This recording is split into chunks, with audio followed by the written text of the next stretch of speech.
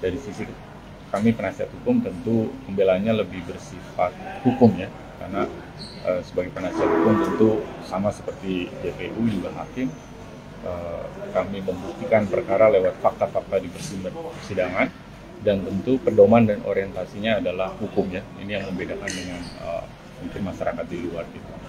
Jadi tadi kami sudah sampaikan ada 1.000 lebih pembelaan, tetapi 100 ya, 1.178 lembar, tetapi kami berupaya untuk meringkas supaya bisa disajikan secara efektif di persidangan ini.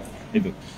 Tapi tadi Pak Ferdi Sambo sempat mengatakan sebelumnya akan memberikan judul pada pledoinya adalah pembelaan yang sia-sia, kemudian diganti menjadi setitik harapan dalam ruang sesat pengadilan. Apakah ada makna tersirat Pak dari pergantian ini Pak?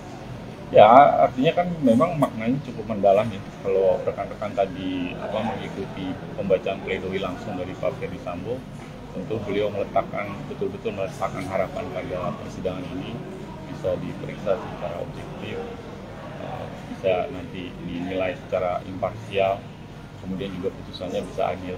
Adil ini kan bukan hanya untuk masyarakat saja, tetapi juga ada terdakwa di sini yang dengan putusan hakim tadi juga disebutkan dalam pledoinya, dengan putusan majelis itu akan menentukan nasib dan kehidupannya selanjutnya, bukan hanya untuk beliau, tapi juga untuk keluarga, juga anak-anaknya.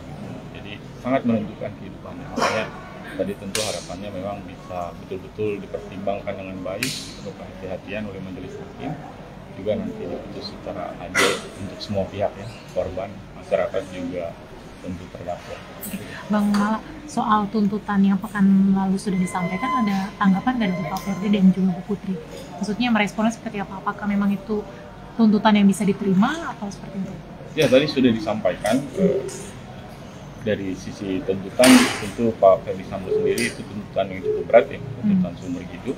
Tadi juga dari sisi kami sebagai penasihat hukum membuktikan soal fakta-fakta yang sudah disajikan di persidangan, kaitannya dengan unsur-unsur pasal yang didakwakan oleh penuntut umum, dan tentu saja bagian terakhir nanti hakim yang akan menilai hal tersebut ya. Jadi bagaimana sanggahan kami, juga bagaimana dari sisi perspektif kami sudah kami sajikan secara utuh tadi di dalam pledoi penasihat hukum dari perspektif hukumnya tentunya. Gitu. Nah nanti hakim tentu menerjemahkan, karena di bawah putusan nanti dia harus menemukan hukum, artinya dia menerjemahkan antara norma-norma yang berlaku di dalam undang-undang ke dalam kasus konkret. Kasus konkretnya ya kasus dalam perkara ini, apakah mencocoki unsur-unsur yang didakwakan atau tidak, itu nanti harus diputus dulu, baru kemudian menilai seberapa besar pertanggungjawaban yang harus dibebankan kepada pelaku yang didakwakan dalam persidangan ini, dalam hal ini Pak Ferdi Sambo.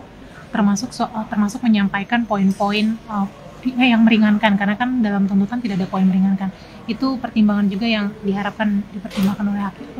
Tentu kita berharap bahwa hakim bisa menilai dari dua sisi yang sama ya, yang equal gitu ya. Dari penuntut umum tentu melihat tidak ada hal yang meringankan, tapi dari sisi kami sebaliknya juga justru menonjolkan hal-hal apa yang bisa dinilai sebagai aspek yang meringankan dari terdakwa.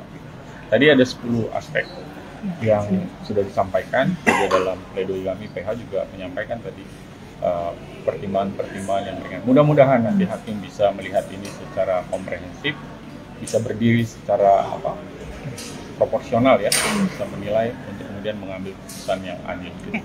Persiapan pledoi Bu Putri besok seperti apa? Masih proses, masih dikerjakan terus.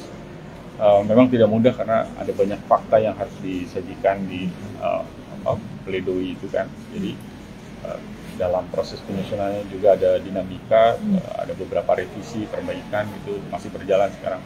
Mudah-mudahan besok bisa tepat waktu untuk menyampaikan pembelaan, baik dari sisi Bu Putri nanti secara pribadi maupun dari penasihat hukum.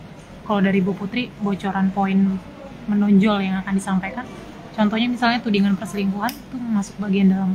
Saya kira besok kita sampaikan secara lengkap lah dari penasihat hukum, baik dari Bu Putri juga gitu, supaya nanti jangan ada yang tertinggal informasinya. Nanti secara utuh kami sampaikan besok di persidangan. Itu mungkin kalau untuk Bu Putri ya. Terima kasih sudah nonton. Jangan lupa like, subscribe, dan share ya.